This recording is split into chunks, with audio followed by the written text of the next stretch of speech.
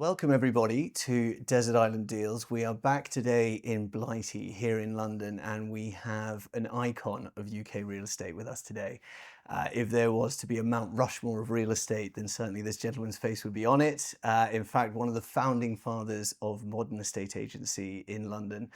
We're delighted to introduce to the podcast Mr. Peter Rollings. Peter, welcome. Great, thank you, Alex. What a lovely introduction. Thanks. Absolute pleasure. I've been thinking about that one for a little while. You did. Magnificent. So, Peter, you are obviously one of the sort of the names of UK real estate, and happily now living in retirement.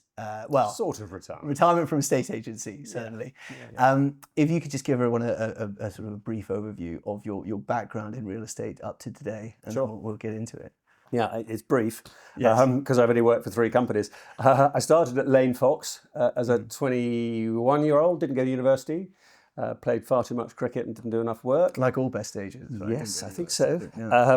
And also I was really focused on money. I grew up on a farm in Sussex. My dad was a tenant farmer. We didn't have any money, so money was my thing. Mm-hmm. Having said that, Lane Fox paid bugger all. Right. But I did learn my trade for 3 years, and I left there to join Foxtons in 1985. 3 years after it had been founded, I was part of the opening of the second office in Fulham, where we did 0% for the first time. Yes. And it was incredible, 375 instructions in 3 months. Unbelievably busy. I got an ulcer in 3 months.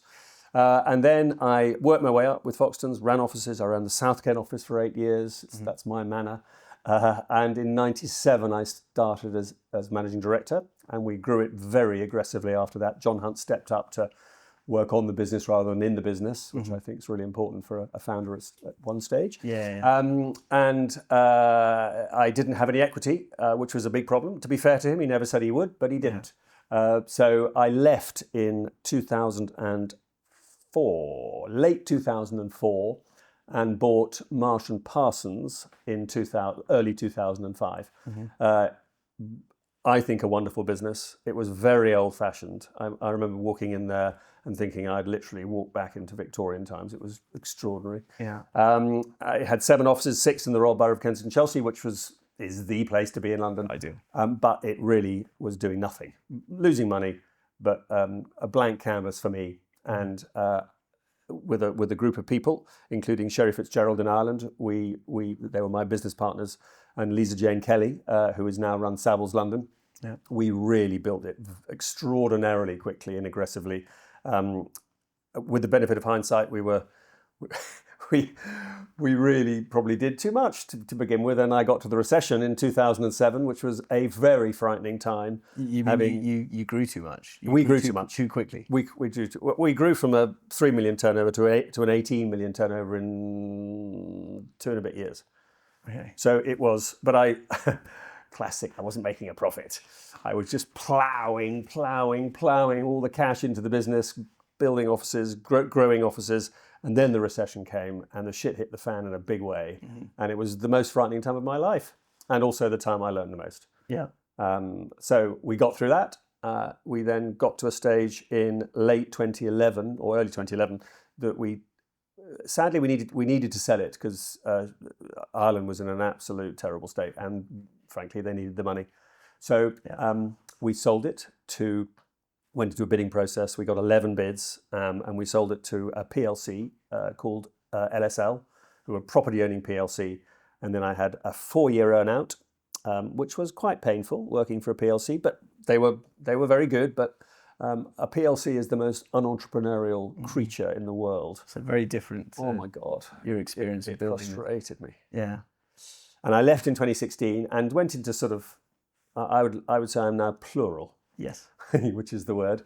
And I do various things. I invest in businesses, and I sit back on the board at Foxtons. I was asked to go back there 3 years ago because that was also a shit show. Mm-hmm. And that's really what I do. I have fun and work a bit.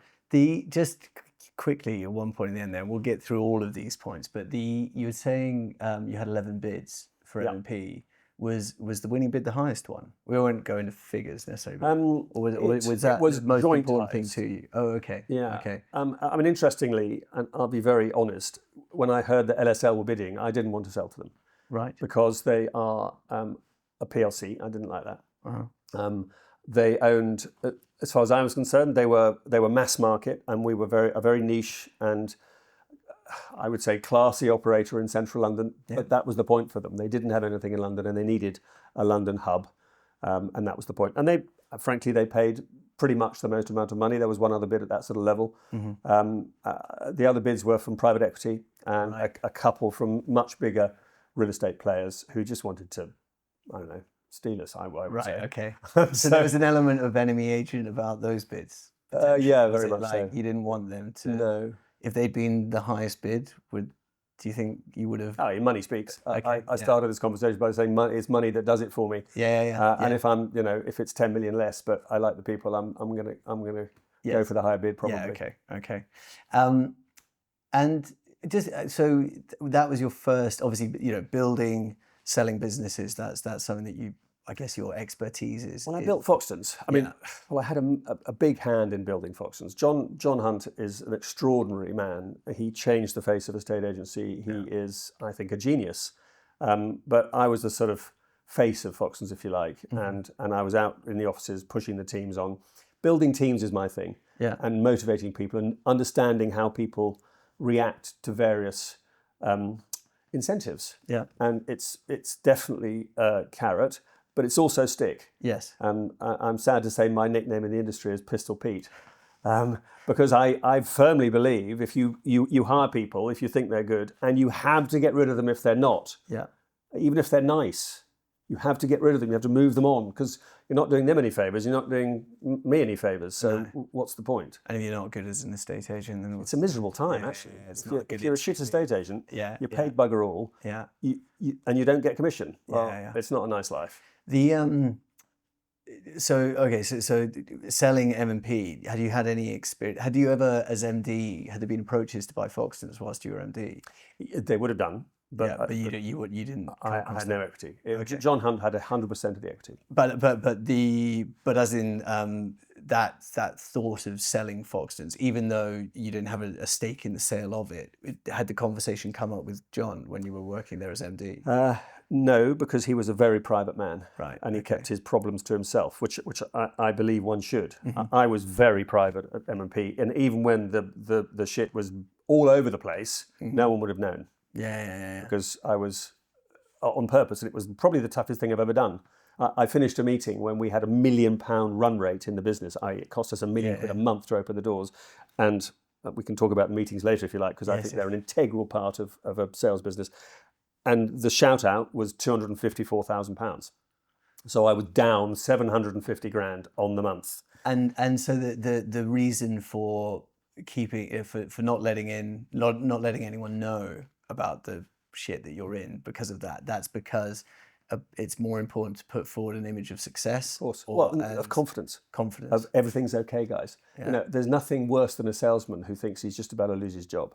Yes. Or the business is going to go bust. I suppose also it's all over his face. Yeah, he's panicking. It's not just that it's not just that it has a negative impact on their motivation, but also actually I suppose some people might start looking for work elsewhere, and you don't want to lose your best people. Now, not everyone's like that, and I get that. They want to share the burden, if you like. Yeah. But it was really only the very, very close senior team that knew what a shit show it was. Yeah. In 27 and 28.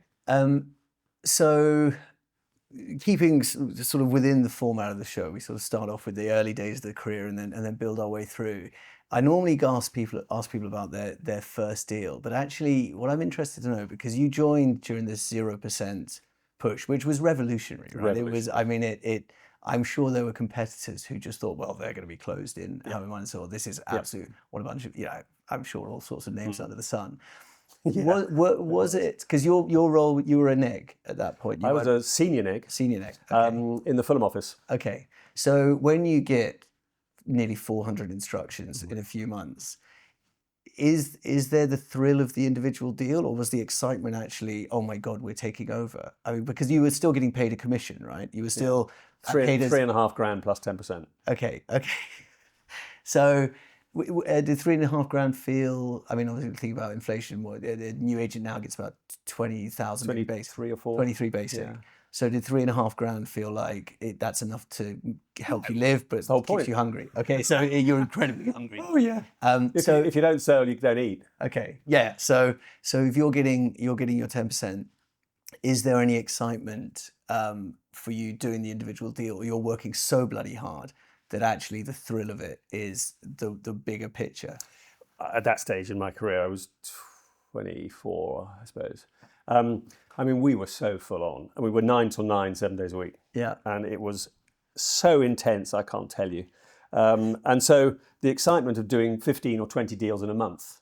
I mean, my first deal, by the way, was a 4-bed house on Ringmer Avenue in Fulham at 250 grand, which is probably worth, I don't know, the high ones, maybe early twos now. Yeah. But I vividly remember it because it was the first thing I'd ever sold. At Lane Fox, I was an office boy. I was doing my time learning how to speak to people, learning how to understand how the market works and what works, what doesn't. And so I was literally an office boy. And that first deal then does. Oh yeah. Because I was conscious of, it's a while since you've been at the sharp end of the stick, right? But it's also, most agents, ex-agents who've moved on in their career, I feel like it really does stick in their mind. There is that sort of moment of like, bloody hell, like especially when you get the cash in your pocket, right? It sticks with you. Yeah. And that property in particular, when I guess then, do you remember the actual sales process? Like, was it? Not really. No. Okay. No. Okay. In that case, then.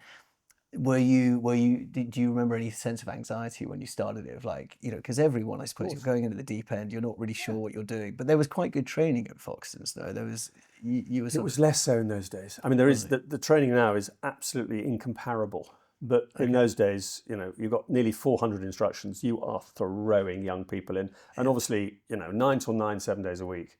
The churn rate, the burn rate was horrific.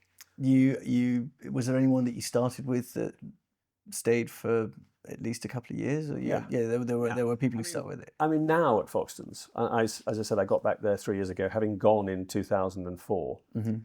The senior team are all people I employed. Okay. So most estate agents in London, though. I mean, yeah, but not Foxtons. Oh, that's true. Yeah, I employed a lot of it. I mean, I walk down the street and it's fairly incredible. But so my point is, Foxtons or a company like Foxtons, you either thrive there and it's your thing. You understand the intense excitement of being the agent that is the most successful, and the agent that the rest of the agency world absolutely loathes. And I wore that as a badge of honour. Yeah, I bet. I loved it. I loved not being part of the, traditional crowd. Because it was very traditional in the 80s. Oh yeah, right? It was all ex-army, ex-public school boy, and close at 5. And where did you have anyone like that at Foxtons at that time, or was it very purposefully geared away from that? I think. I mean, we judge and employ people on what we thought of them. Okay. And I mean, I probably shouldn't say this, but I'm going to. I sort of asked in those days how rich they were. Right. I sort of did. I found ways of saying, so where do you live? Yes. I live in Chelsea. Okay. Whereabouts in Chelsea? I live with my mum and dad in Chelsea. Yeah. Now, if they were the right sort of people and I got the right vibe from them, I definitely employ them. Yeah. But if I didn't, and there were spoilt, indulged kids who'd never really had to fight for their money, then I wouldn't. And I'd also ask what they did in the summer holidays. And if I spent my a month in Ibiza on a boat, I would think less of them if they'd been around knocking on doors, washing cars. Right. Okay. So I think there has to be a flavour of an entrepreneurial spirit in the type of person at that stage that came into Foxtons, because it was sink or swim. Yeah. Yeah. Okay. It's a remarkable journey that Foxtons have been on, right? But it actually sort of started very. I guess John Hunt was very precise in what he wanted from the get-go, right? There wasn't any sort of John Hunt started a estate agency and realised, oh, actually, we need to do things differently. That was very much an agency built in his persona, right? It was, and he was unbelievably focused. Yeah. Nothing would get him off his track. I'd say to him, John, come on, let's do this a little bit more, because I think it's that. No. So he was a real a tyrant in a good way. You know, he wasn't wasn't pushed off his track by anybody, you know, in his ear saying, oh, we should change and we should do this. No. He knew what was right. And was that an attractive personality to you at that time? Or I mean, I guess it's very intimidating for a lot of people. I think strong leadership is crucial in a business. You can't be wussy and, you know, flapping around, saying, oh, perhaps we should do this. Oh no, we should do this. Well, you have to have a strong leader, in my view. And I think I go on about the world at the moment about not having strong leadership. I think strong leadership and management of people working within the organisation and telling them exactly what you expect. There's no hiding place, and there's definitely no hiding place at Foxtons or M&P at the time. You are as good as you want to be. And if you want to go home at 5 and turn up late, you won't last very long. No. And I suppose as well that type of leadership that's a strong character, when it's twinned with something that feels very innovative, that actually that's quite motivating. Yes. If somebody is a bit of a bastard, but a good bastard, but a bit of a bastard nonetheless, but they're sort of stuck in their ways and refuse to change in terms of being maybe a bit old-fashioned in their thinking, then that's quite demotivating. Oh, if you see other people, you know, being the spearhead. It's completely appalling. Yeah. And that's why in any business that doesn't have that, you need churn, you need a change. And that's what we did at Foxtons 3 years ago. It was a catastrophe in my view, and it had totally lost its soul. When we're definitely gonna come to that, because that is very interesting. I'm interested to know, because you referred to yourself as you have referred to yourself as the sort of the face of Foxtons. And you know, your rise to MD gave John the opportunity to work on the business as such, and that you know, obviously your ideas and your leadership combined with that led to sort of really dramatic growth. It did. Do you think that you were, because I mean, was there anyone else who was up for MD role? Or did you feel you were competing with anyone else in the business for that position at the time? Because I guess John liked competition in all scenarios. It's a really good question. I can't remember anybody who I thought was up to it. Okay, yeah. Well, look, I mean, you need that confidence, right? I thought, you know, I'm all in. Yeah. So I don't take the piss. I'm never late. Yeah. You know, there's all these things in business, and equally, I am very, I'm going to say, aggressive. Yeah. I don't want to win, and not at any cost, because integrity is absolutely everything. But I am super aggressive and focused on what I want to achieve. But then I suppose, so the question then about becoming the face of the business and being probably the clear choice. Do you think there was an element that John liked, that perhaps your aggression, which was needed, had a slightly softer edge to it? Perhaps was that, and that made it a more acceptable public facing. I have, I think, an ability to give very, very harsh advice in a nice way. So how did you, when you were running a business, how big did Foxtons get when you were MD in terms of staff? About 1,100 at the end. 1,100. Yeah, so when it grew very rapidly. 1,100 people. Yeah. How do you identify those people who are slack? Are you relying on the teams you're building below you to come to you? And would they do their own hiring and firing, or was it because? Well, two things there. I knew everyone until 250. Oh, okay. Because again, if you sit behind a desk and sort of think that it happens, then you fail. I was round the offices every week. I had an 8 o'clock meeting in an office every week where I met with all the teams, chatted with them for maybe 40 minutes afterwards, looked at the whiteboard, see what was happening, got a flavour of the office, got a flavour of the manager, whether he or she was in, you know. So I really had a flavour. I got every single email that came, offers, exchanges and instructions. I got hundreds of emails a day, which you literally look, yes, it's here. Yeah. So you know if an office is doing well, and you go in and say, great week, well done. So that is all that sort of thing. But when you grow above 250, you have to hire sort of mini-me's who care, who are focused on the result, who aren't just nice people, but aren't complete arseholes. Yeah. And that's a difficult balance to get. So things like when you applied for the job at Foxtons, or were offered a job at Foxtons, however it may have been, knowing that it was 7 days a week, 9 to 9, were you surprised at how effective that was? Was that something that intimidated you a bit at the beginning, or did you think, oh, that makes perfect sense? I think coming from, I mean, Lane Fox it was so quiet. It was lovely. It was a lovely, gentle existence. I was based in London, in Mayfair, selling country houses and estates, going out twice a week to see beautiful Georgian houses and estates. I was the only person in the department who hadn't been to Eden. I was the only person that didn't have a private income. Right. So I mean, the change from Lane Fox to Foxtons was chalk and cheese. Unbelievable. Yeah. But I loved it. I loved it from minute one. Really? Because you could see the vigor and the excitement of a building business, a growth business that didn't give a toss about any of the competition. As I've said many times, they were known as EA. Yeah. Under offer EA stood for enemy agent. And we had a total focus that there was only one place to be, and that's Foxtons. Do you think somebody who hadn't been through the ranks in Foxtons could have taken your job as MD and grown it in the way that you did? With not a hope. It had to be. You had to come from that mentality. I'm going to say they wouldn't have a cat's chance in hell of doing it. They wouldn't. They really wouldn't understand it. It's so much so that the new chief executive of Foxtons, who I employed in 2002, whenever it was, and then went to do other things. He was 6 years at Foxtons. Guy Gittins. He runs Foxtons now. When the chairman asked me if we should see other people for the role, I said, Nigel, he's in a field of one. Yeah. And he really is. There's no one else that could have done what he's now done, which is doubled the share price and turned a leviathan, a huge monster of a business, on its head to get back to where it was before, or towards where it was before, which is what you said earlier on, which is focused on the result for our clients and not faffing around with all sorts of fluffy stuff around the edge, because our clients want results, and that's what we provide. And when you did go back, so I know that you got a period as interim CEO. I did. Was that when you knew Guy was coming on? Yeah. Okay. That was his. How difficult was it for you to? I suppose.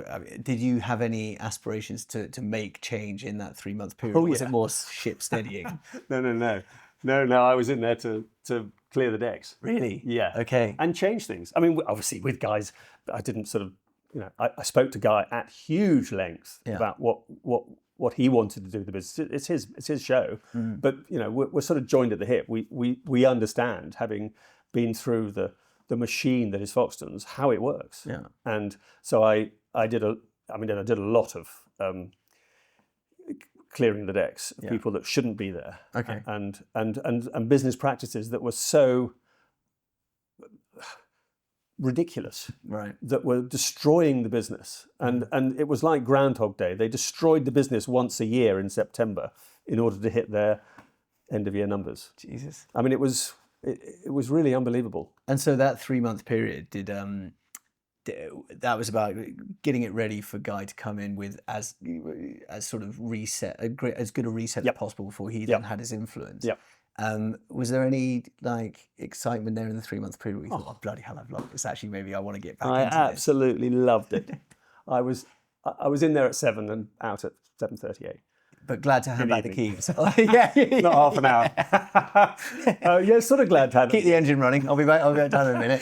Well, as I've said many times, I've sort of built 2 businesses, and it sucks the life out of you. Yeah. I mean, I probably could have done 6 months or a year, but it is if you run a business like that, you are full on. Mm-hmm. There is no escape from it, and therefore you can't sort of work from home on a Wednesday. That's bullshit. Yeah. You have to be in there in the engine room, driving this business and understanding what's making it tick and not tick. Yeah. And that's what Guy does now, and he's remarkable. In your career, is there one element of your journey or a specific transaction that you think stands out as the most complicated part of your career, or a specific happening that occurred? I mean, it's a mixture of buying and selling M&P. I mean, buying a business, M&P was owned by, at the time, 71-year-old man who came from a wealthy family. And it was his, I won't say it was his plaything. He was a charming, lovely, nice man. But he had been to the altar with so many potential suitors, buyers, over years. And just changed his mind? And just changed his mind at the last minute. And I met my business partner whilst talking at a conference in Australia. And Mark Fitzgerald, who owned Sherry Fitzgerald, was sitting in the audience. And afterwards he came to me and said, Peter, why aren't you doing this for yourself? I'd spent 4 hours, 2-hour sessions talking about Foxtons and how we built it and what we did and blah, blah, blah. And so, as I said, Foxtons is a sort of cult. And I was like this. There is nowhere else. No. I'm Foxtons. I had to I have to ask you on that. I've heard you refer to Foxtons as a cult before. It's sort of a two-part question. Firstly, had anyone tried to poach you before that conversation you had, but you'd been so blinkered that it was just they weren't good offers, or they just weren't? It wasn't an option in your mind to ever really, go anywhere else? as I said, and this is perhaps to my detriment, but I am so focused on what I'm doing that I almost knee-jerk say, not interested. Not interested. So famously, it's difficult to extract people from cults. It is. So what was different about what he said to you compared to other people that had tried to poach you in the past? Because clearly you'd had an enormous impact on a huge agency, massively grown it. There must have been a few owners of business thinking, bloody hell, what do I need to do to get this guy a blank check? So there must have been something that he said that was different, or was it timing as well? Okay, That was it, timing. Okay, I'd sort of fallen out with John. right. There was a new COO who then stepped up when John sold the business to be CEO, who was bluntly much smarter than me. Right. He was a brilliant man, a guy called Michael Brown. And I could see the writing on the wall. I was never going to get the chief executive. I was MD, but anyway, no one's strengths and no one's weaknesses. So it wasn't going to be me. And I was pissed off with the way the business was going. We launched in America, which I considered a catastrophe, a stupid mistake, where we had so much business to be done on our doorstep. I was right, by the way. Yes.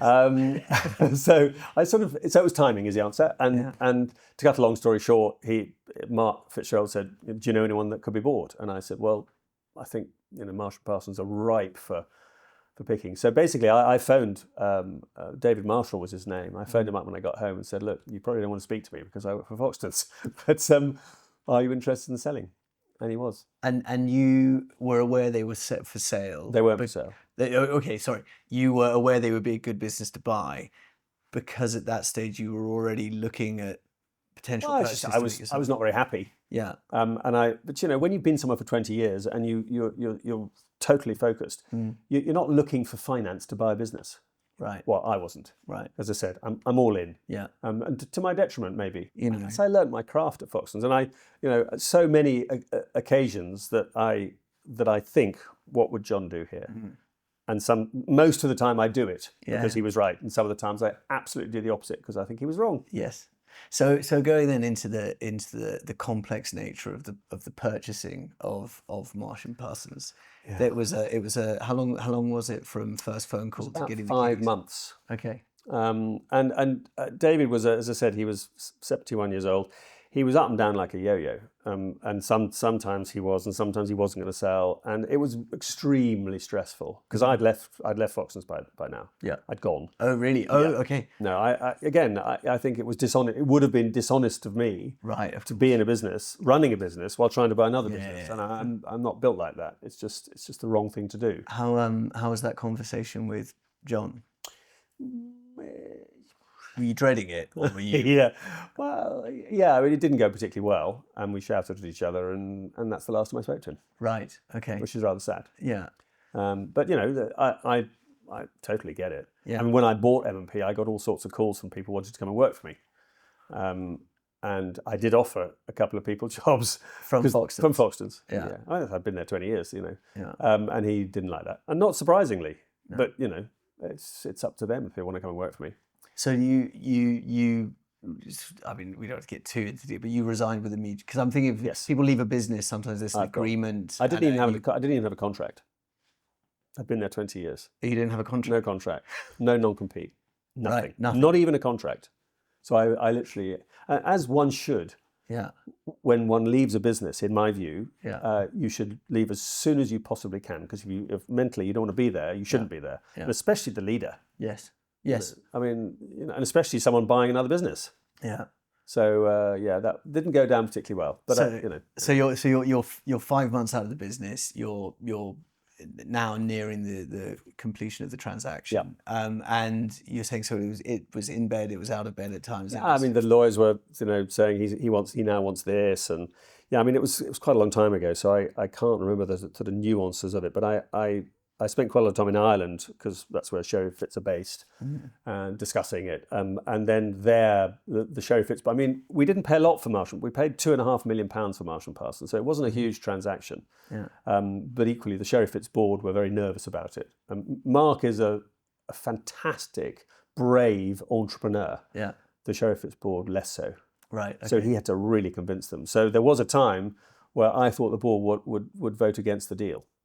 And which I imagine must be incredibly stressful. Oh yeah. And the 2.5 million, based off all the ways you traditionally value a business, did they feel you were overpaying at 2.5 million? I just felt they felt that they should stick to their knitting. Right. Okay. Mark was a broad thinker. Yeah. He would dominate the world if he could. Had they made any attempts to come into the UK? No. Previously, no. But they had a strategy to come into the UK. Okay. But it just hadn't identified anybody to buy and anybody to run it. Yeah. Because you can buy a business, but in real estate, real estate leaders are not common. Mm-hmm. It doesn't attract the best people in the world. It just doesn't. Never has done. Yeah. And arguably never will do it. Quite why I don't know. I think it's a brilliant business and there's a lot of money to be made, but it is true it doesn't. Because I think there's so much of real estate, and successful real estate agents, the ones who view their role as running a business within the business itself. Sure. Right. So actually those that rise to the top have to be quite entrepreneurial. And so maybe there is more sense in understanding the business itself, but demonstrating that ability to grow something independently and not do deals. And yeah. See, that's the key. Real estate people, and I sort of get it. They want to do deals because it's so exciting, and they want to put together. But I weaned myself off that very early on. You did, and I knew that I wasn't a sort of this is going to sound a bit arrogant, but I'm an empire builder as opposed to a lifestyle. Whether I'm 62 years old now, so it's one of the reasons I didn't take on the Foxtons or carry on the Foxtons thing, because I think you do lose that vitality of the ideal age for a chief exec. I mean, Guy is 42 or 43, I think now. Yeah. You have to have that utter determination and energy and vigor. Mm-hmm. And I've always been energy. I've always had a lot of energy, which is nice. But you've got to want to do it and want to give up stuff. And I gave up stuff. But if you're loving something, you can give up stuff. And I have an extraordinarily understanding wife. Yes. Yeah. Well. Yeah. You need to. Unbelievable. and so you eventually acquire Marsh Parsons. And there is a period of, I guess you already knew exactly what you were going to do before you went in there, or were you lifting up the bonnet a bit after? So I wasn't really allowed in there before. Right. Obviously, you don't want the new owner coming in before he owns it. Yeah. But I vividly remember walking into the Kensington office on Kensington Church Street, and the desks were sort of lined up here, and the entrance was a corridor down between the desks. Everyone was looking at me like this. And, I was the devil incarnate. Yes, of course. Coming in from Foxtons to screw up their lovely lifestyle. And screw it up I did.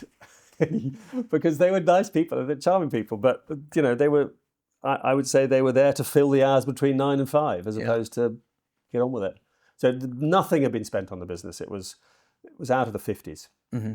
Computers were those enormous big computers, right? And there was, sales closed at 6 and lettings closed at 5:30. I mean, it was. Was that even more so? Because this is 2005, right? Was that even more decrepit than the average? Because most agencies, I know that it must have been a surprise to you that a lot of agencies didn't adopt Foxtons practices because it was a weird, roaring success. Still don't. So a lot, and still don't. And the industry still has a pretty bad reputation for laziness and all these kind of things, which are anathema in Foxtons. Well, I think in most agents they're not lazy. They're just well, most aren't very good. Let's face it, because they just want to do enough to live and have a nice-ish lifestyle. Yeah.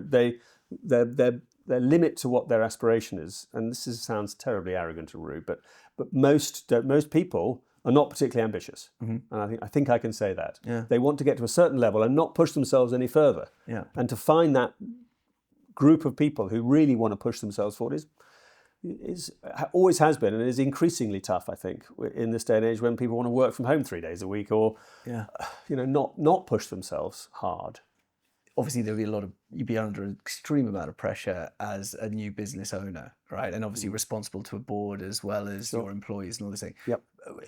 Was that, even though that was a very intense pressure, was it more enjoyable pressure than the one you got as MD under somebody like John Of course, Hunt? it's my own baby. Yeah. Yeah. I mean, But so it was more pressure being MD of Foxtons. Much. Yeah. Much. You have that excitement and that fizz and that buzz. This is my business. Sherry Fitzgerald owned the majority of it. Yeah. But they were distant. They were very helpful, extraordinarily helpful, and charming and wonderful people, and real entrepreneurs.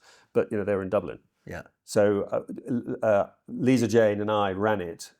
She was my partner and sales director. How did you meet Lisa Jane? She's Irish. Yeah. Okay. And used to work for Sherry Fitzgerald. Okay. And then worked for Hamptons in London. A remarkable person. And was that a coincidence with the Sherry Fitzgerald thing? Well, not really. No, Mark said, I've got someone I think you should see. Right. Okay. Who can come in and run, help you run it.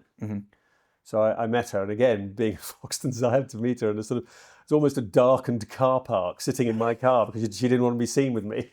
Right. Yeah. No one wants to be seen with me because they think I'm tapping them up for a job. Yes. So which I was. Yeah, I was going to say, that's no thinking about it. So, but it's no, she's become a very good friend. And that was an immediate click of we get on, we understand each other. Yeah, absolutely, and we speak the same language. Okay. So again, you've got to have someone that speaks the same language. She is, she's much more. Can I say that? Much more empathetic than me. She gets people. Yeah. As I said, some people accused. It's not a terrible thing of being a bit too empathetic, and I think actually a lack of empathy doesn't necessarily have to manifest itself in being aggressive in terms of the way you talk to people or unfeeling. I think the empathy thing is sometimes it clouds the line you're trying to go down. Right? Is that, and it's so actually you're not good at your job. I'm not going to be terrible to you about it. No. It's like I've heard you talk about in sales meeting where people had to call out their figures. Yeah. Now you could have that as an opportunity to really embarrass someone. No. And now that demonstrated a lack of empathy. But actually, there is also an element of a lack of empathy. It's like, well, look, I understand. Good luck next week. Good luck next month. Yeah. Whatever it may be. But there's no need to. So those sales meetings were, I think, integral to the business. At Foxtons, they were at 7 p.m. Every Friday night. And you had to come. Yeah. The whole company had to come. And when we got bigger, they got into those bits. And on pain of, if you didn't attend, you would get in deep shit. Really? Yeah. Okay. Yeah. I mean, at M&P, the only way you didn't come is to call me or Lisa Jane, and we say no. But it's part of the culture of the business, and people coming together and shouting out their numbers, what they've achieved in the last week. Yeah. Now it changed to month at M&P because we weren't that big. Yeah. But every month, someone would come to that meeting and shout out what they've achieved: numbers of deals, numbers of agreed business, numbers of exchanges, and money. Yeah. Three things. And that's the most important things. And I would be at the front and shouting out their names, and they'd be on a board going up and down. They wouldn't go down because if someone went up, they'd naturally go down. Right. Okay, you see what I mean? There was no shaming, no nothing. And as you say, when someone had a crap month, I'd say, oh, hard luck, better luck next month. Yeah. Keep going. Did anyone blank twice in a row? Was there any Well, I'm sure they did, but the thought of coming to that meeting with nothing to shout out puts the horror in you because you're with all your colleagues. Is that a recommendation you make to people you coach now about how are you when you get your sales team together? It is, but still not many people do it.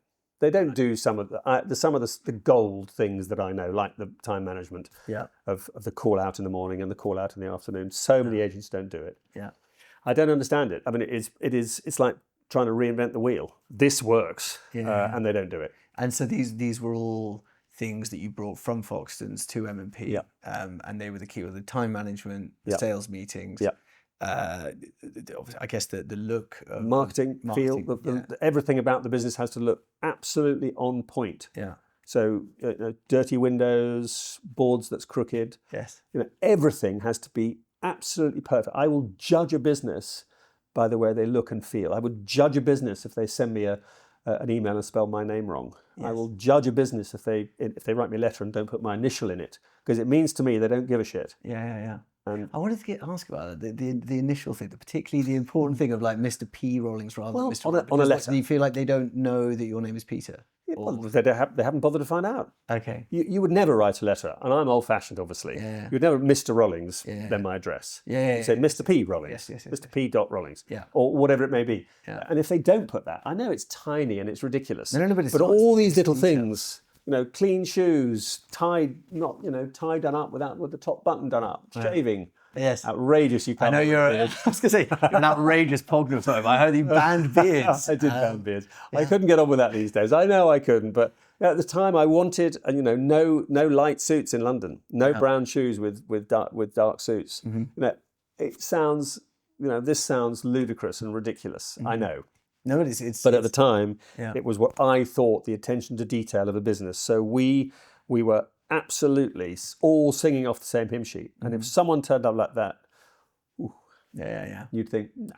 Obviously, then the purchasing of Marsh Parsons is a hugely exciting time. As you say, that's an incredibly complicated process to go through. You spend a period of time rebuilding the agency and then growing it, I suppose, in your image.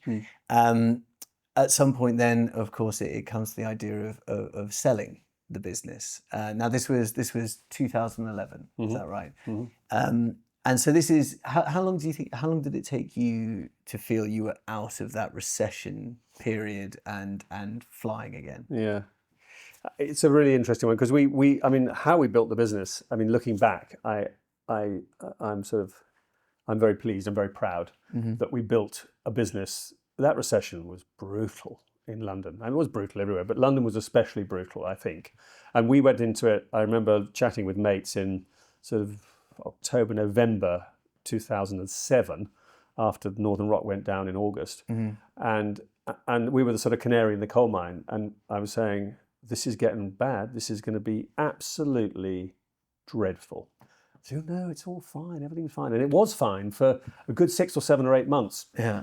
But I could see what was coming, and so we managed to make decisions pretty rapidly. And I would say, and I've worked through 2 recessions now, and that is the key to get ahead of the game. Yeah. And to cut costs and cut fat, but not cut muscle and bone. Yeah.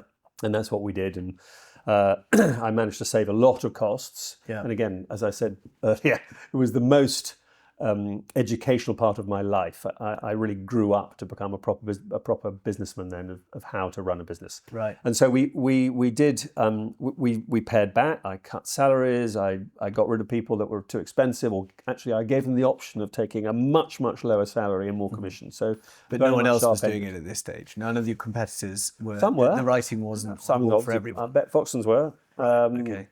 Well, I don't know. They were owned by a private equity company then, so maybe they weren't. I don't know, but they probably were. The smart ones were, and people who'd been through it before were. But we hadn't been through a recession since 89, 90. So it was quite a long time, and people exit the business and forget.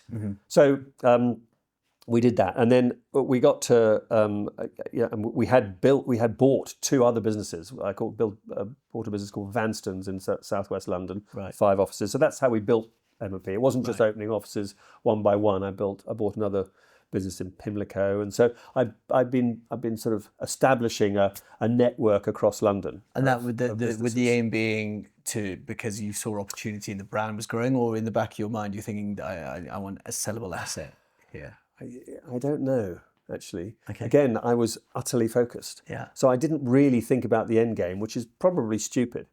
I probably should be thinking about the end game. But I was literally, that's where I'm going. I'm building this business. I'm going to make it the best agent in London. We're going to have 25, 30 offices, and we're going to make a shitload of money. And I don't know, what am I going to do? I'm going to take dividends. I'm going to take lots of cash every year. I don't know. Yeah. I was entranced by it. I loved it. In terms of building the best agency in London, because it's undeniable, Marsh Parsons' reputation was exceptional, epic.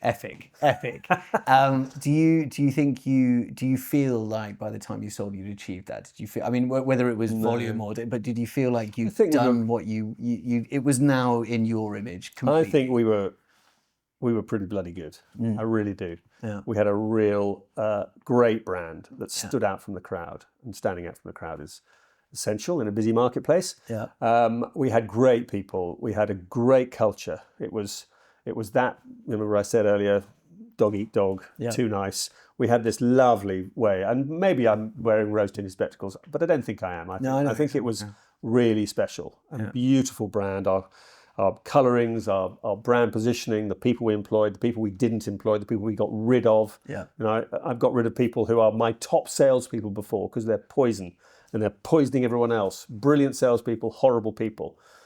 So I've got rid of a few of those in my time. And so we were done that. So we had done that and we were doing that.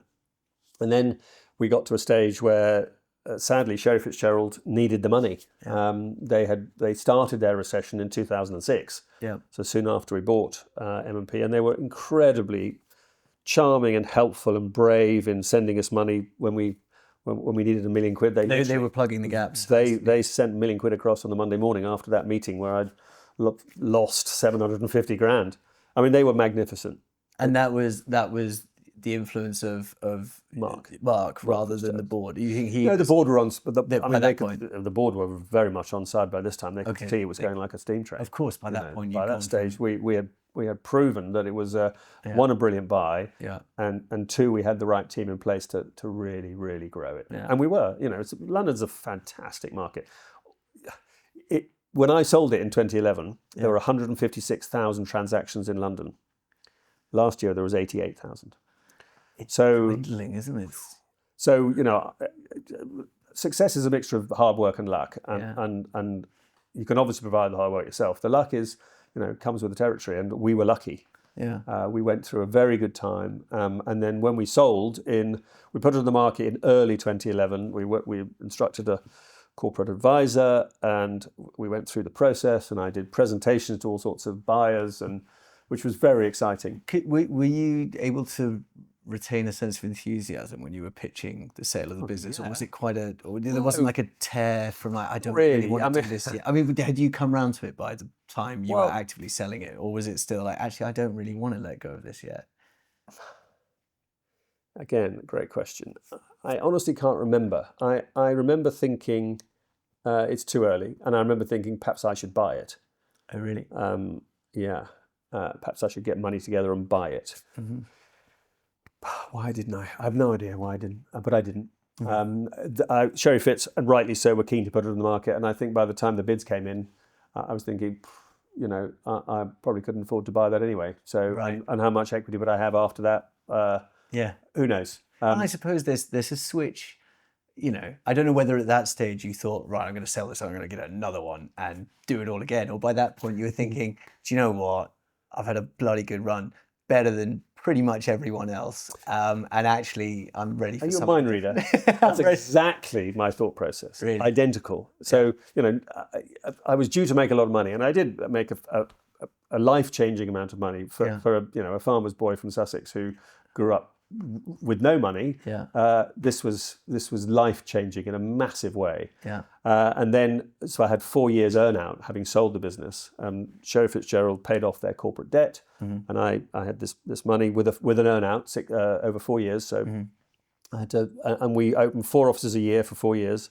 So we were absolutely on it. And when I left in March 2016, that was exactly my thought.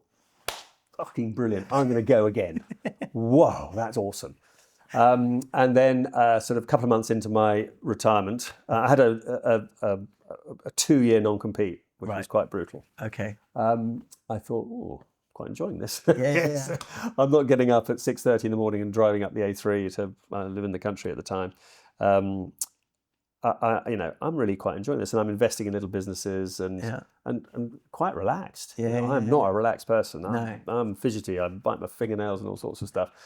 So I was being quite relaxed. Okay, so you were fully in the business, running it, building it. You are someone who's all in at all times. Absolutely. There was no struggle knowing that this was a finite period of time. None at all. Up to the 365th day of the 4th year. No, the last year I did a bad deal, which was I could have got another whole chunk of money based on profit. If you're opening 4 offices a year, there is no profit. because you're ploughing it all back. So again, I was naive. Yeah. I wasn't well advised. I was being, my classic focused, laser focused self. Maybe I was being honourable, but I probably shouldn't have done that particular deal. It should have been on numbers of offers, for instance. Mm-hmm. So I see. Okay. You can't open 4 offices a year and be profitable. Yeah. Yeah. I.e., 16 offices. Yeah. You just can't do it, right? Because you're losing great people into the offices to run them, so they're not doing deals here. So it was exciting because we were doing it, but it was so the last year I could see that I was never going to hit this target, and my multi-millions of extra were going to be worth absolutely nothing. So and I could see the political problems coming down the line with George Osborne and putting the stamp duty on. So I could see the writing on the wall, and again, luck and judgment. I was extraordinarily lucky to be able to walk away with the second chunk of the sale proceeds in early 2016 and Brexit and of course, Jesus. So again, my timing was quite by chance. Yeah, magnificent. How did you celebrate when the deal went through? 2 things. I bought myself an Aston Martin Vanquish.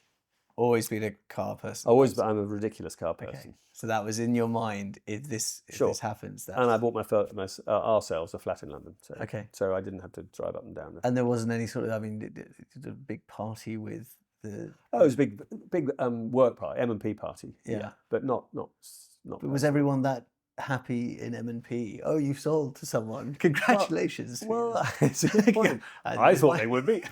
This is going to be infinitely worse after you leave. No, because that was 2011. I had 4 years. Absolutely. We had the party. But we had the party when I left. I'm sure they were very sad. They were all crying. I was. Was there an element of your top people though in 2011 thinking 4 years? Okay. No, they didn't know 4 years. Oh, they didn't know that? No. Oh, okay. So it was, I'm staying on, guys. You're sure? Yeah. Okay. Which 4 years, even in long time. That's a long time. And we gave, we gave sweet equity to the senior people. Right. Frankly, that was based on profit. Yeah. And I'm very sad to say we made a profit, but not much. Not much. We sold M&P we had 10 offices and 6.7 EBITDA, and we got sort of nearly 8 times that. But so we sold it really well. It was a very profitable business. It was extraordinarily profitable because we kept, good businesses are profitable, and if it's quite niche and we were 10 offices, so it was really profitable. Great people, great offices, lots of deals, fantastic branding, lots of instructions, great fees. I'm big on fees. Mm-hmm. We didn't chop fees. I guess after Foxtons we had the second highest fee percentage. Yeah, we had roughly £1 million average sale price and a just over 2% average fee. So the deals were good deals, really good deals. Were you aiming at a slightly different market segment with M&P compared to Foxtons? Was that a slightly higher market, but still volume. And that was a decision that you made before you went in there. We're gonna target that end of the market rather than. But it was, I view the market as the top and the bottom, and this bit here, and Foxtons are this bit here, and probably this bit here, and we were this bit here. Right. Okay. We were sort of upper middle as opposed to lower middle. Yeah. Okay. And so we had a very tight team making a shitload of money. Yeah. God, what a lot of fun about that was. It was really fun. So inevitably, the most significant deal of your life is the sale of Marsh and Parsons. Is there one in your mind that sticks out as the deal that got away from you? There's a few, but I suppose the one that sticks out mainly. I chased a lot of businesses. I was very gung ho, for want of a better word, with growth. Mm-hmm. We were making a lot of money. Were you buying businesses when you were at Foxtons? No, never. We never bought business. We opened greenfield sites. And the problem, I probably wouldn't.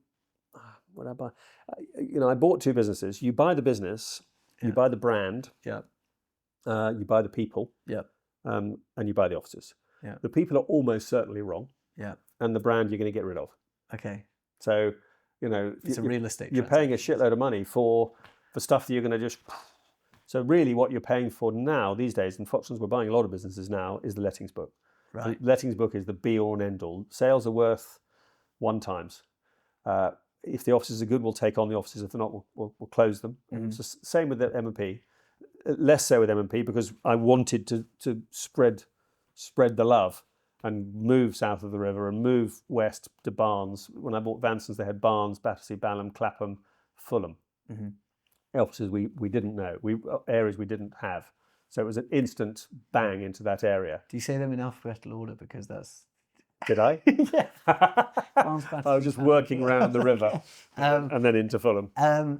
So again then, so when you built the lettings business at M&P, there was no thought of residual income's better than... Oh, definitely there was. There was, okay, so it was, yeah. We learnt that at Foxtons, or John learnt that at Foxtons in 1989. I mean, Foxtons were very, very early into the lettings bonanza. I mean, lettings is what it's all about these days. Yeah. And we started lettings. I was in the Knightsbridge office at the time, and we started lettings in 89. And 89 was an awful time. You know, it was terrible. The market was on its knees. Yeah. And we started lettings. And lettings had been sort of, you know, a lady sitting at the back of the office with a Labrador under the desk doing a deal a week. Right. It was...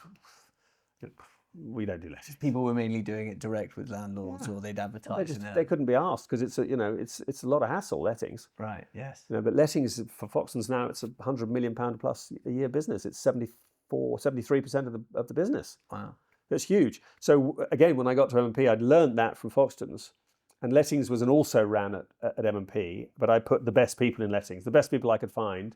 I put in lettings because I know that's where the income and the valuation of the business, the valuations work best. The appeal there of Ludlow Thompson was expansion. Expansion is areas. I like to grow into an area adjacent to where I already am, because if you don't, you've got one sort of out on a limb, you know, on the other side of London. Yeah. They're out of sight, out of mind. Right. Okay. And so they had to sort of dovetail into geographies, if you like. That's how we built the business. That's how we built Foxtons. That's how we built M&P. Yeah. And this dovetailed beautifully, as did Vanstons, for instance.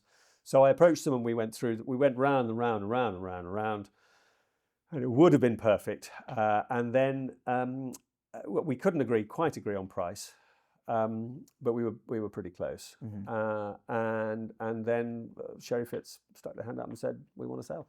And the way that you feel like it got away, you think, let's say Sherry Fitzgerald hadn't made the decision to sell, you thought that was just a perfect opportunity, Ludlow Thompson? Yep. Yeah. Yep.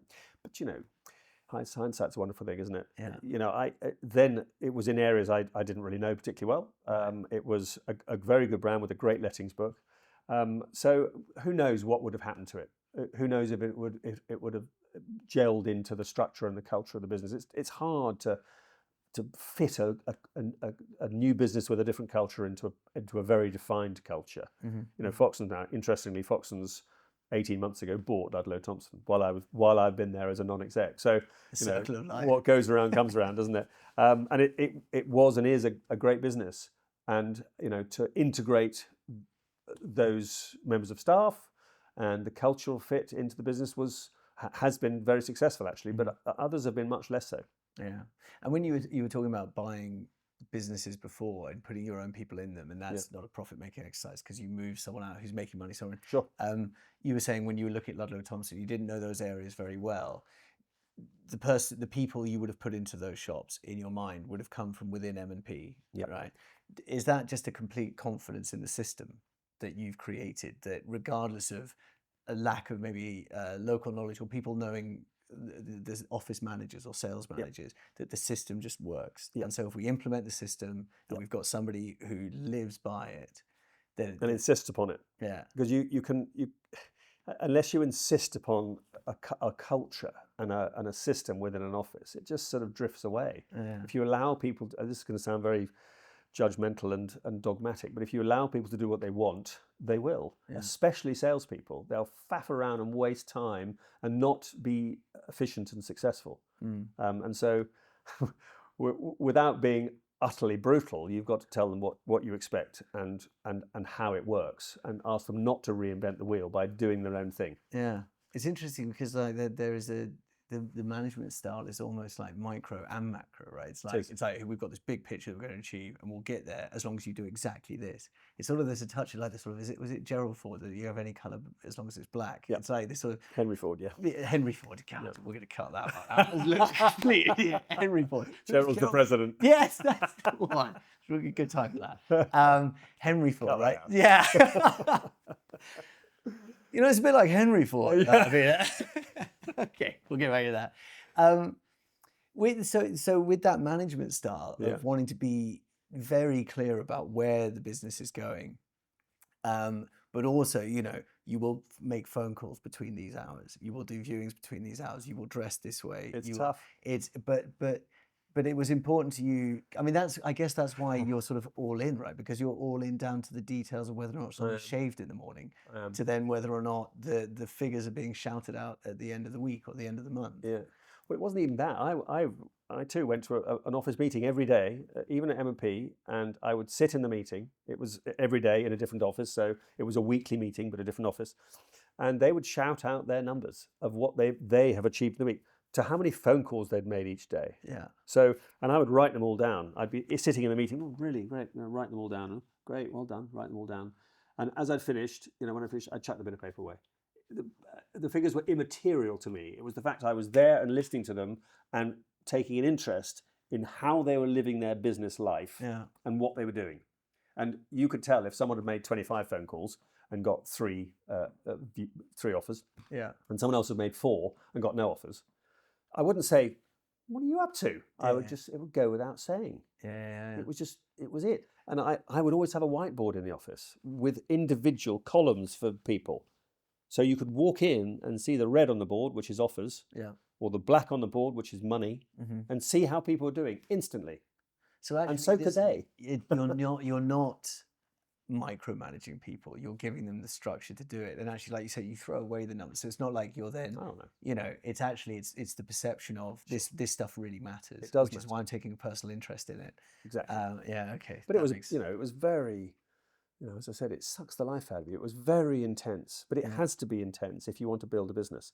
If you want a lifestyle, it doesn't have to be nearly so intense. No. But if you want to build a business and get people going, you really have to focus. Are there obviously not going to name names. Are there people that come to you for coaching that you realise that the mentality is just not there to run it in the way that you know is successful? That sometimes either you have to change the way that you think about teaching them to build their business, or is it actually just like, look, you know?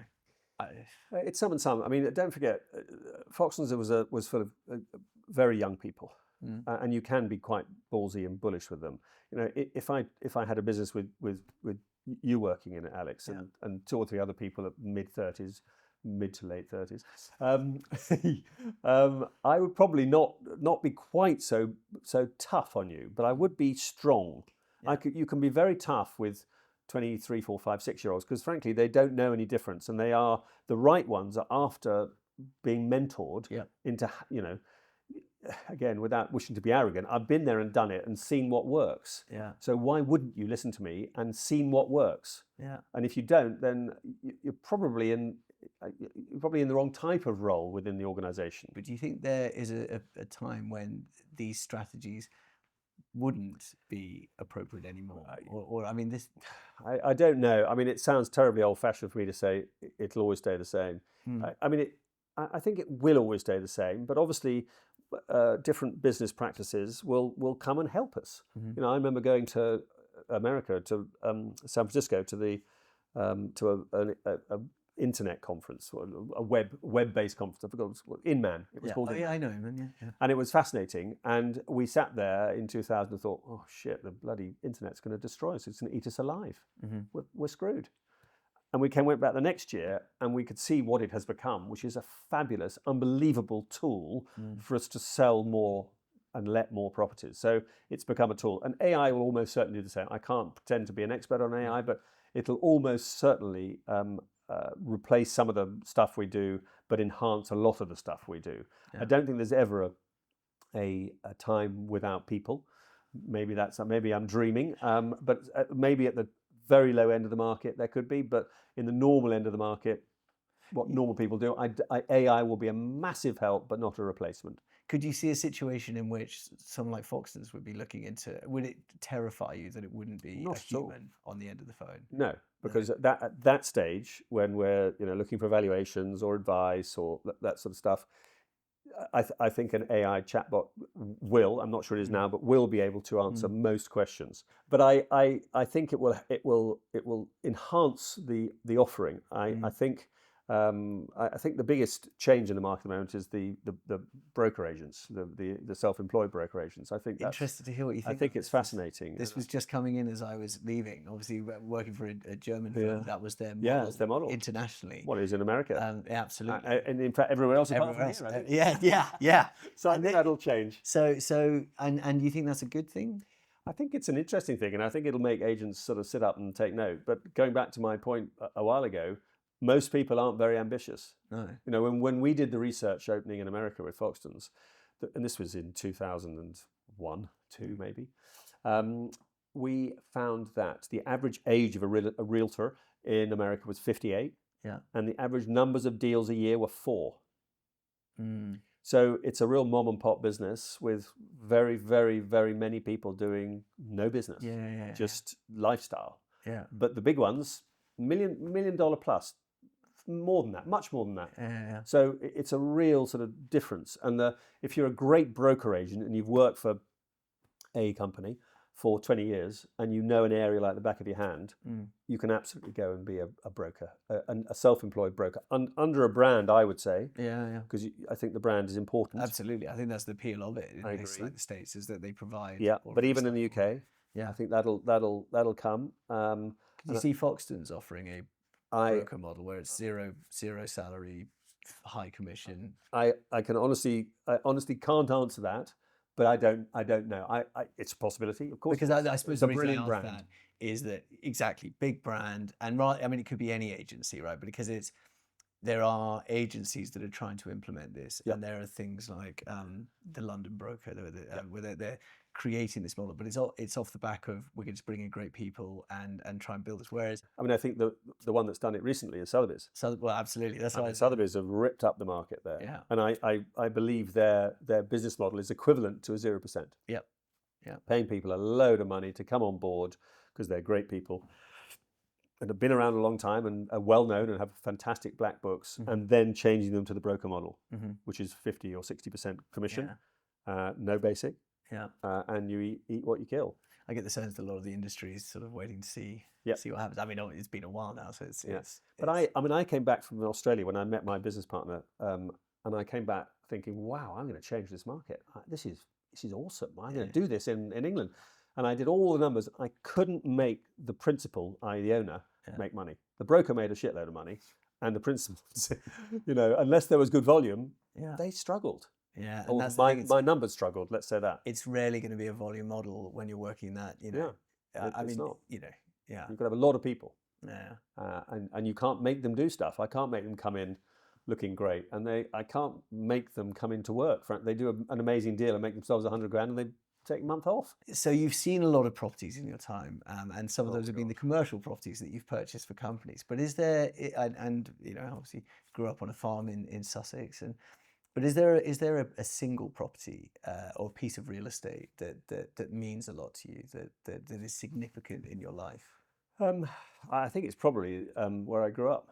It is. It was a farm in Sussex, a small proper working farm. We had a lot of chickens. We had about 56,000 chickens every 7 weeks. It was a lot of chickens, and I had an idyllic upbringing. One of 4, and we weren't given any money at all. If we wanted to make money, we worked on the farm. And I bought loads of old cars and did them up and sold them. And I mean, I was if you don't have money, you have to find ways of making it. And I mean, some of the stuff we did, nothing illegal, but lots of stuff just to make money. And I firmly believe that is, I'm very conscious with my kids now, not to be too nice to them in terms of money.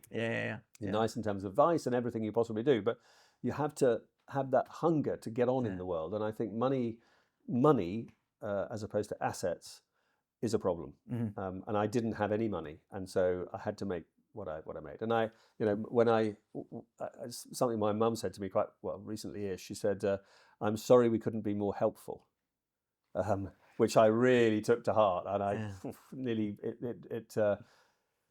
it was awful. But the helpful thing they did was to give us an extraordinary upbringing and not spoil us. Of course, and it's it's a tough thing, I think, with children. I mean, mine are younger, but it's any experience that you've had in life or any opportunity you have to help them is try and balance what is the benefit. Because I mean, especially somebody who has worked at the level of business that you had and have and are, and the experiences you've had, it must be very tricky to not identify pitfalls for your kids that, sometimes you need to graze your knee, right? Yeah, and absolutely. And so You you're need to right. make mistakes. Giving advice is absolutely great, but also not. I suppose we go to that thing of time management, micromanagement, that we like to not micromanage. No. And I find that very hard. I bet you do. I'm a control freak. Yeah. And so if they're not doing things that I think they should be doing, I struggle sort of saying, "Come on, guys, Yeah. why aren't you doing that?" But anyway, I'm trying. I'm trying to sort of lay off a bit. But once if you're used to, I think the thing that I miss most this is going to sound awful, but anyway, the things I miss most about not when I left M&P as chief exec and I had 400 people, was not. I'm going to say feeling important. Yes. But people coming to me the whole time and asking me things, saying, "Yep, that's great. Yep, go and do that. Or let's do this." And you think, being asked your opinion. I'm a nothing now. Well, it's nice. It's nice to feel valued for your ideas, and probably it's pretty sad though. Well, I think it's completely natural. You were saying you were enjoying investing in businesses and doing these things, and it keeps the money ticking over. I suppose, and I am. This is a complete sort of coffee table psychology, but like the idea of retirement, I guess, is the idea that you lose your value, and so exactly. Not having people come to you and ask your opinion is quite a struggle, because you've got a lot of opinion value. I got a lot of opinions. But it's I mean obviously that you are still, I mean clearly you're a non-exec director on the board of Foxtons. You have a lot still to give in the industry, but I guess it's the daily thing of I sort of crave I crave in my mind, but actually if push comes to shove, can I be asked to get involved with lots of businesses? Probably not. I've probably got one more sort of bigger non-exec role in me, but I mean Foxtons takes not a massive amount of time, but I speak to Guy a fair amount.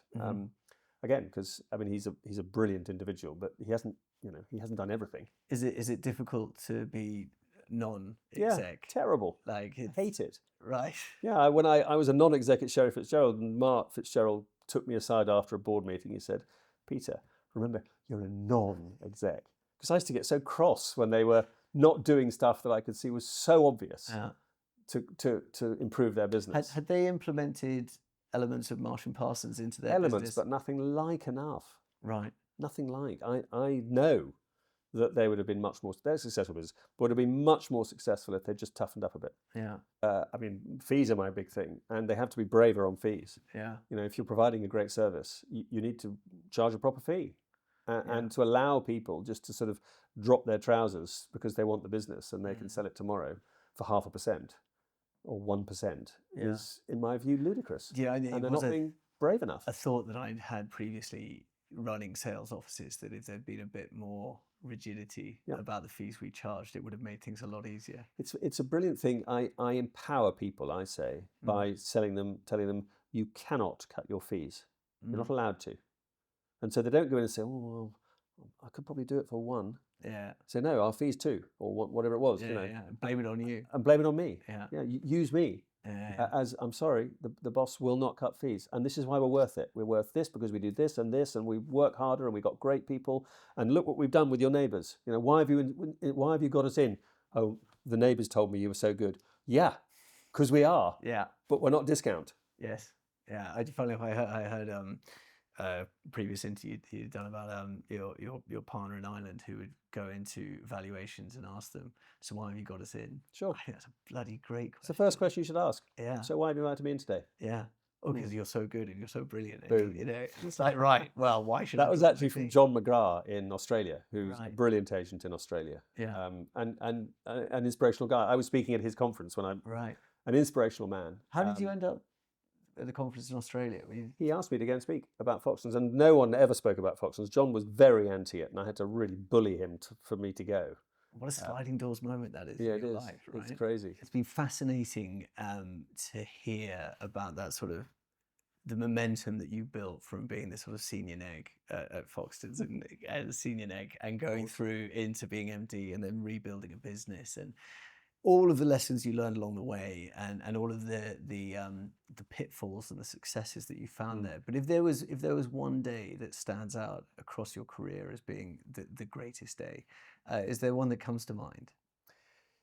Yeah, I mean, there's one big one, Yeah. which is obviously the sale of Marsh Parsons. I mean, it was revolutionary for me. I mean, it was you take a salary as an owner, and it wasn't a very big salary because all my focus was on building the business. So I didn't pay myself a lot of money because it was all about build.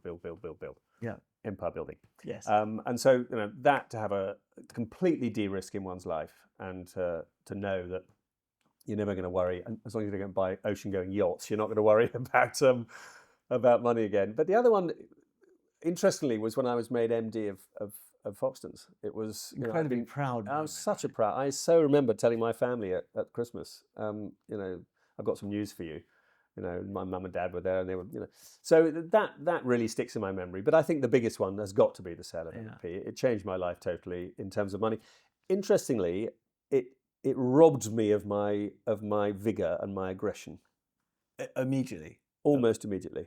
And that was because I'd never had a lot of money. Upon the agreed sale and knowing that it was going to happen, or upon the money actually just money hitting my account. And that was like, how do I stay hungry now? I mean, it was more of an effort to be. I was, because we went on and opened 4 offices a year for 4 years. So I was, but I didn't have that frisson of, how am I going to pay the mortgage this month? Or I want to do this, I need money. And have you managed to replace that in any way? That sort of... Not really. No. Do you feel the need to anymore? Not really. No. I don't actually. No.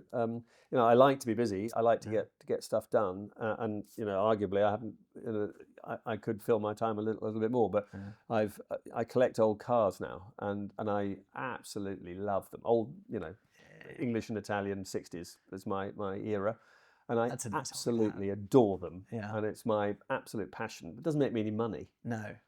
In anyone's career, those are 2 pretty bloody good days. Getting made MD of Foxtons, which is, I don't think, in terms of Foxtons' status and reputation, it's no mean feat to be trusted by John, one of the most amazing people in property. To be like, you're going to take over. So obviously a hugely proud moment. And then the sale itself is just enormously exciting. Yeah, it was. But if we could give you another great day, a 24-hour period, whether it's now or in the past, wherever it may be, to be anything else, and to do it at the level that you feel you competed in your business life, is there something that you would want to do for 24 hours and be bloody brilliant at it? It's probably got to do with cars. I'm passionate about. I used to be passionate about modern cars. I now don't give a toss about modern cars. It's all beautiful old cars. So, someone like Tom Hartley Jr., who I think runs an extraordinary business. I actually bought one of my cars from him. Okay. I think he has created an extraordinarily amazing business of dealing in the most beautiful cars in the world and being very successful at it. So, yeah, I think he's a pretty inspirational guy. So, estate agent. Second-hand car sales. Exactly. just need to be like a fascist dictator to complete the bastard bingo. What about double glazing sales? Double glazing, that would be a better example. Yeah, double glazing sales. No, I like selling and I like talking to people and I don't like being stuck behind a desk. And agency, for all its faults, is I view it as running my own business within someone else's business. And when I have a business, it's running your own business within my business. Yeah. So it is as entrepreneurial as you can get, because you don't get paid a lot, but you can earn a lot. Yeah. Which is a brilliant way to be. I loved working on commission. So then the appeal of running a classic car dealership is not necessarily, well, I suppose there must be decent money in it. Oh, there's a lot of money in it. But it's Six-boat actually, boxes. in terms of it's the beauty of the things you're selling.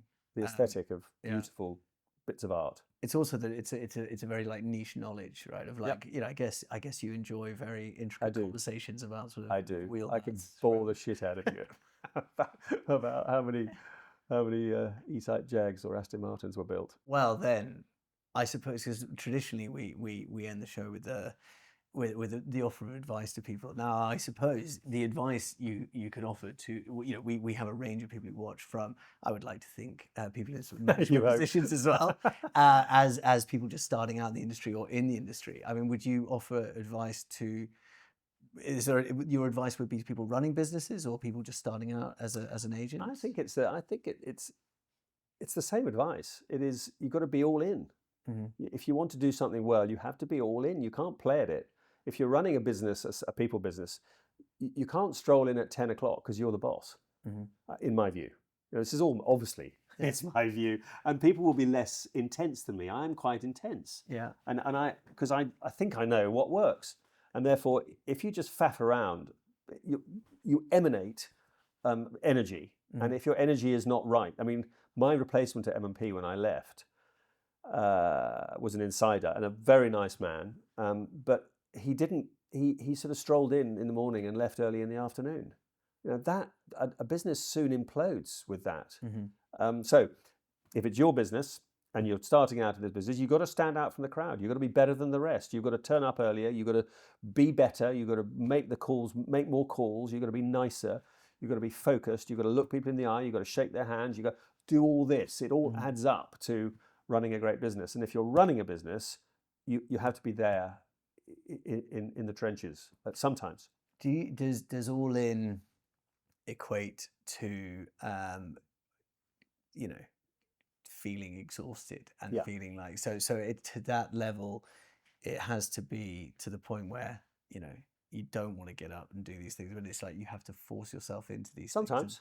I'm lucky. I've always had a good energy. I'm a morning person. Yeah. So if I'm in bed after 10 o'clock at night, it was a bit of a problem. But I'm up at, you know, I was up at 5:45, 5:45, 5:45. So, you know, and I'm lucky with that. Obviously, it's part of how I was built. But if you're not, you have to force yourself. And you literally, I liken it to being on stage. You know, in the wings, you can be, and then you're on stage. Right. Yes. Let's go. You know, you may not feel like it, but you're feeding that energy into the people that need to be fed. Yeah. This is obviously if you're running a sales team, and then you're back off stage and you're going, oh my God. And we just lost 750. Exactly. I think you've got to be at all times interested. You probably haven't got to be the, you know, the inspirator the whole time, which is tough. But you do have to, you know, show people you care, show people you're on it, show people you understand and are taking an interest in what they're doing, knowing their numbers. If it's sales, if it's not sales, I don't really know, frankly. So if somebody who maybe doesn't have that, you're talking about, you know, I wake up early in the morning. You know, it's kind of a natural disposition to you anyway. Yeah. And then maybe somebody who, okay, they can, I don't like the phrase "fake it till you make it," but they absorb that mentality and they just go for it. And then by the time they've done what they needed to, they're able to do that. Yeah. Were you surprised? Did you surprise yourself in that 2-year period that you were able to switch off? I mean, was it because, you know, ultimately, I mean, it must be exhausting, right? But it's not necessarily mentally draining if that's your disposition anyway. Was it a shock to you? It's a really good question. Again, you've got great questions, Alex. It surprised those around me. Really? It did, yeah. Yeah, that I was able to literally switch myself off. Everyone was waiting for you to start the next thing. Exactly.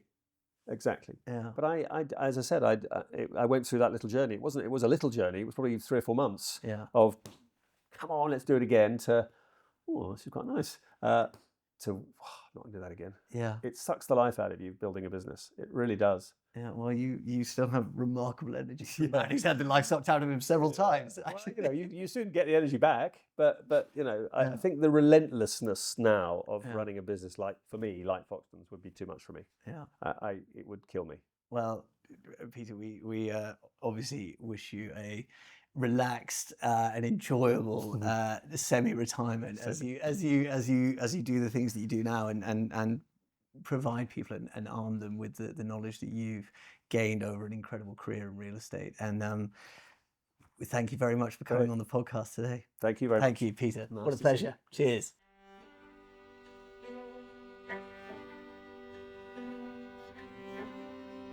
you.